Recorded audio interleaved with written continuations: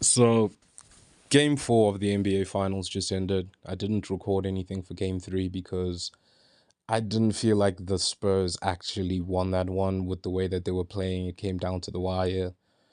They still won it, but I wanted to make sure that it went back to San Antonio 2-2 tied game.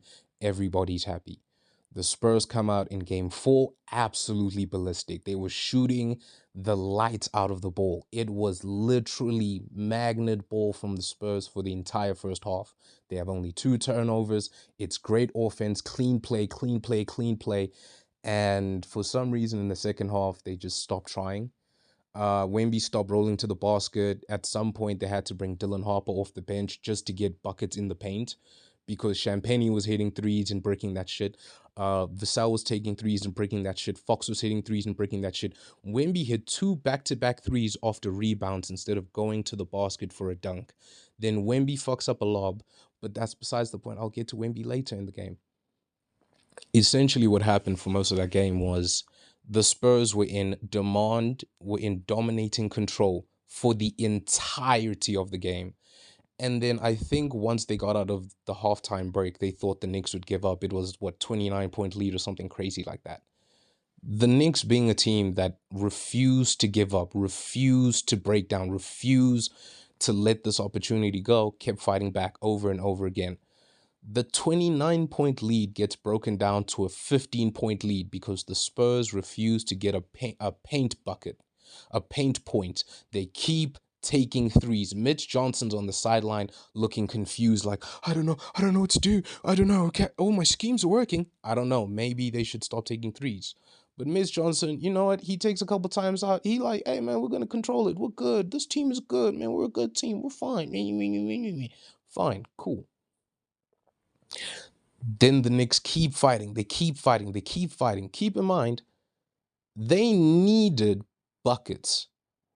Dylan Harper forcing his way into the paint constantly is the only reason the Knicks didn't come back sooner. Now, here's the thing that pisses me off more about the Spurs. They come back from the fourth quarter, they up 15 points. They just have to keep it clean, keep it tight, get good offensive looks. They don't get good offensive looks. They keep trying to do some shit. Wemby smokes two lob attempts.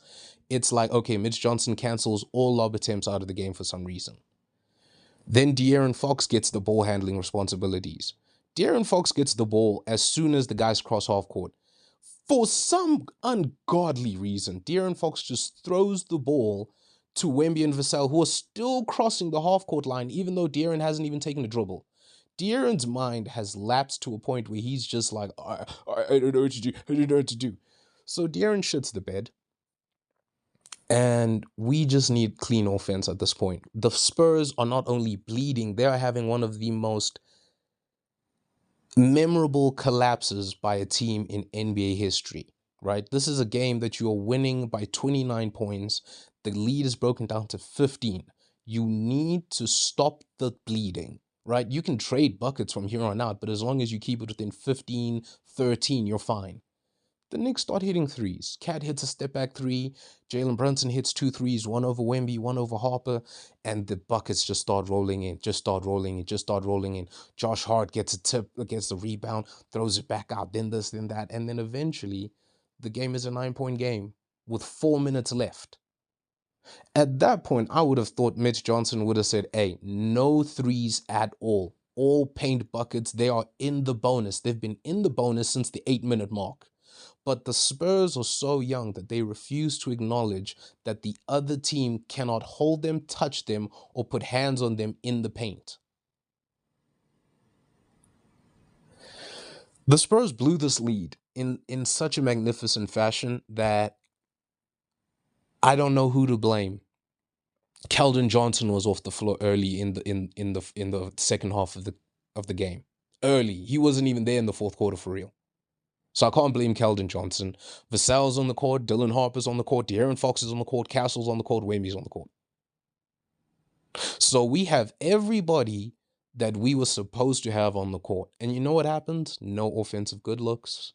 Everything is a tough bucket. And the team just seems like they don't have anything. Wemby gets fouled and he gets two free throws in the clutch of a game. Two free throws that if he makes, they win.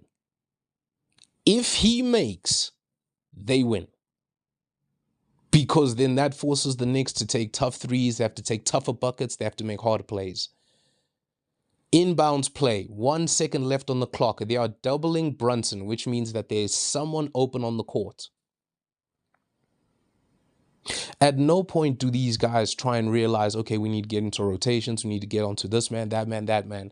OG Anunoby sneaks in, tip in, and it is game. 1.2 seconds. The Spurs need to get something to get the game again. Again, Stephen Castle ices 2 free throws before the tip in by OG to even force them to the point where they have to make a tip in play. Wemby, on the other hand, smokes 2 free throws. If Wemby makes 1 free throw, it's overtime. If Wemby makes 2 free throws, the game is over. Wemby did neither. He also shot, 9 for 25 on 24 points. So he's shooting tour dates. He's getting bailed out at the line, and he's smoking. Like, Wemby's not a clutch player. Like, I keep saying I love Wemby. He's my favorite player, and that's the reason I'm criticizing him. Because I'm at a point where if I was to criticize LeBron James, I'm a clear LeBron hater. I'm going to say Steph Curry's better than that nigga. He got 4 rings within your era. How are you the greatest of all time when niggas built their legacies during your period of greatness? That's crazy. Nigga became the greatest point guard while you were around in the league. Like, and I'm not saying that, that's another case for another day. Wemby smoked the ever-loving fuck out of this game. A lack of aggression. You kept taking threes. You guys were so assured that you had won the game that you had given up what got you into the lead. You're not driving into the paint. You're not kicking out. You're literally doing top of the key paint sprays. You're not kicking out in the paint. You're kicking it out at the top of the key for dumb threes. The type of looks, the energy, the composure you had in the first half is gone. You've bled the 29-point lead to 15. Every shot you take is under pressure. Then you bleed that 15-point lead to a 9-point lead. Now everybody looks like they're shitting themselves. Mitch Johnson, I remember, like, literally on the timeout where they're like, okay, Mitch Johnson has come over the play. What is he going to do? I can tell Mitch Johnson is flustered. He doesn't know what to call because he keeps telling his guys to do some things and they just fuck it up. So he doesn't know what to tell these guys to do. De'Aaron Fox is turning the ball over. Castle got 5 fouls. Dylan Harper is the only person he can really trust on like a creationary standpoint, but he can't put the ball in Dylan Harper's hand. He's the rookie. So we got to give it to Victor Wembanyama, but Victor isn't taking any shots. Victor isn't making any shots. Victor is just out there shitting himself. All of that monk training, that peaceful meditation, that finding yourself in your, like I keep saying, is a facade. The nigga went out there for a photo shoot and came back doing dumbassery. And it's fine. He's young, but I need you to understand you were up 29 points by halftime. You had blown this team out of the water to a point where all you needed to do was execute on your offense. Just execute. You don't take 10 seconds off the clock, slow the game down, get as many possessions as you can. De'Aaron Fox, another thing, you are open in the open court. We have an advantage. The game is sealed. Why are you going up for a dunk? Why are you going up for a dunk? You have the game. The game is won. If you hold the ball, they are forced into a tough shot. No. Multiple times in this game, they left OG Anunoby open after he had killed them game after game after game after game. And the only reason you won game 3 was because Mikal Bridges didn't show up and Jalen Brunson had tour dates. Jalen Brunson shows up today. OG shows up today. Karl Anthony Towns is stupid. He doesn't even get himself involved enough in the game to give his team an opportunity, and they still won. So you're telling me that the Spurs have their best performance and lose?